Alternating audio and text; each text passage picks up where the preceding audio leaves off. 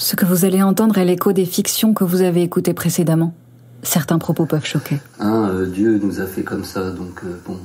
Puis on est 10% de la population, donc c'est quand même presque 1 milliard de personnes sur Terre, donc si c'est pas naturel... puis Dieu nous a fait comme ça, donc c'est naturel par définition. Chaque homme est naturel par définition, avec ses failles, ses handicaps, on est tous là... Et qu'est-ce que je voulais dire? Puis il y a plein d'animaux, dans les sexualités animales, on va trouver tout, quoi. Donc, c'est naturel. Et d'être homo, ça me fait faire partie d'une minorité, et du coup, ça me donne une compréhension différente et une empathie pour tous ceux qui font partie d'une minorité. Et encore plus généralement, j'ai trouvé des points communs entre ce que pense un Kurde en Turquie, vous voyez, les différentes populations, les immigrés ici en France, ou ceux qui sont issus de l'immigration, entre minorités ou les femmes qui est la minorité majoritaire dans la population, qui reste une minorité soumise, qui n'a pas le pouvoir, ou les gauchers, même les gauchers, c'est une minorité qui subit voilà. Et vous vivez dans un monde fait par les droitiers, pour les droitiers, et donc de faire partie d'une minorité, ça ouvre l'esprit sur les autres, quoi.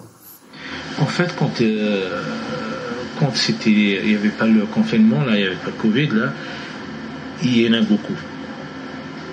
Il y en a beaucoup, mais on ne les voit pas. On ne les voit pas. Il y en a beaucoup qui ont faim, il y en a beaucoup qui sont à la rue, tout ça, mais bon, pas spécialement qu'il est sale, il est dans la rue, ils sont propres, ils sont dans la rue.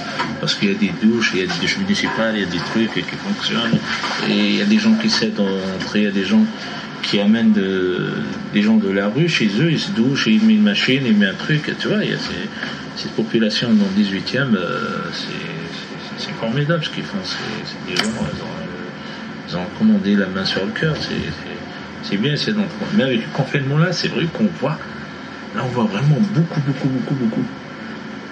Même des gens qui ont le toit, c'est-à-dire là on les voit vraiment. Je sais, moi, c'est Rachid, là, quand il commençait à distribuer les repas, les trucs, il a envoyé ici, il a d'étudier aux gens de l'hôtel, d'y aller et tout. Ben, quand je demandais aux gens de l'hôtel d'y aller, ils étaient contents, ils étaient bien, tout. Et je vois la queue, il arrive jusqu'à Rumira, là. Ah oui, c'est énorme. Tu vois, ils viennent de partout. Enfin, l'étranger partout, peut-être 18e, même 19. Mais il y en a vraiment beaucoup.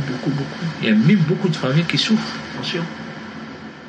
La journée, c'est pas du tout la même chose, un bar la journée. Il y a des gens qui viennent pour manger leur croque-monsieur sur le comptoir. Enfin, du coup, c'est vraiment... pour moi, comptoir, c'est tranche de vie, quoi. C'est social à mort. C'est vraiment la partie, je crois, qui m'a le plus plu.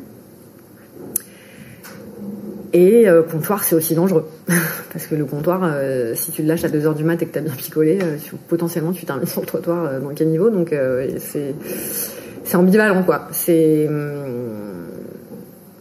à la fois un lieu de rencontre et de rendez-vous hyper important dans un quartier, clairement. Il se passe trop de choses très importantes, notamment dans le lien, parce qu'on parle du coup du rapport barman, mais il y a aussi les clients entre eux, qui se connaissent, qui reviennent. Il y a une vie de quartier il peut y avoir autour d'un bar, d'un comptoir. Donc t'as tout ce côté-là qui est hyper important, et à côté de ça, t'as la fête, la débauche, la folie, et la fête, quoi. Et l'alcool. Nous, on a gardé ce qu'ils ont fait les parents.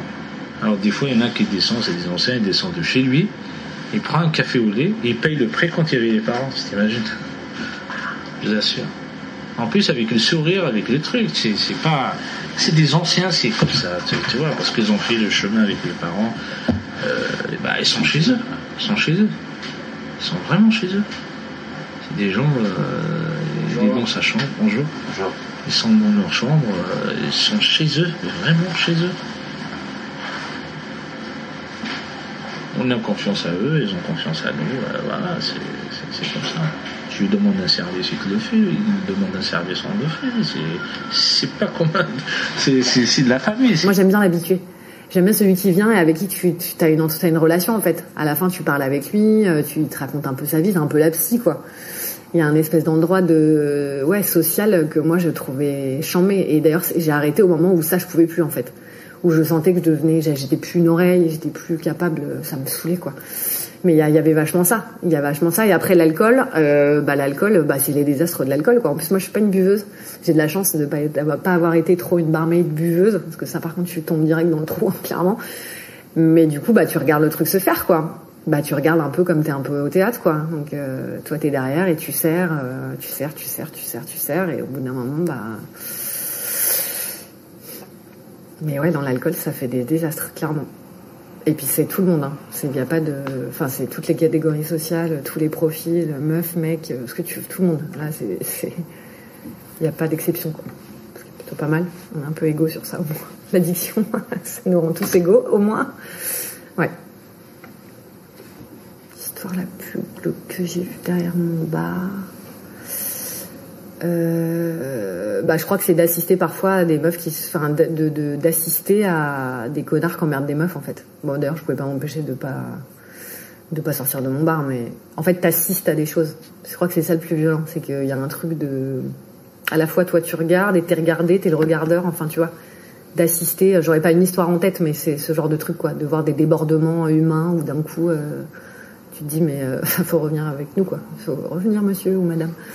C'est plus ça. J'ai pas une histoire en particulier, mais ça va plus être de voir d'être témoin de la déchéance, notamment de l'alcool évidemment et des drogues, parce qu'on dit alcool, mais il y a aussi beaucoup de drogues dans les bars. Mais ouais, de voir l'humain d'un coup péter un plomb, et on retombe sur un peu la folie quoi. La folie que ça peut amener d'être dans ce genre de lieu. On fait pas partie de la norme. Du coup, il y a forcément un moment où on passe par en grandissant, on se rend compte, je suis pas comme il faut. Un truc comme ça. Et je suis pas comme il faut, souvent ça se résume en si je suis pas comme il faut, je mérite pas l'amour, un truc comme ça. Parce qu'on veut tous de l'amour. Au final. Donc on a peur du rejet, on se sent abandonné, on se sent exclu, on se sent humilié parfois. C'est des blessures qui peuvent être profondes.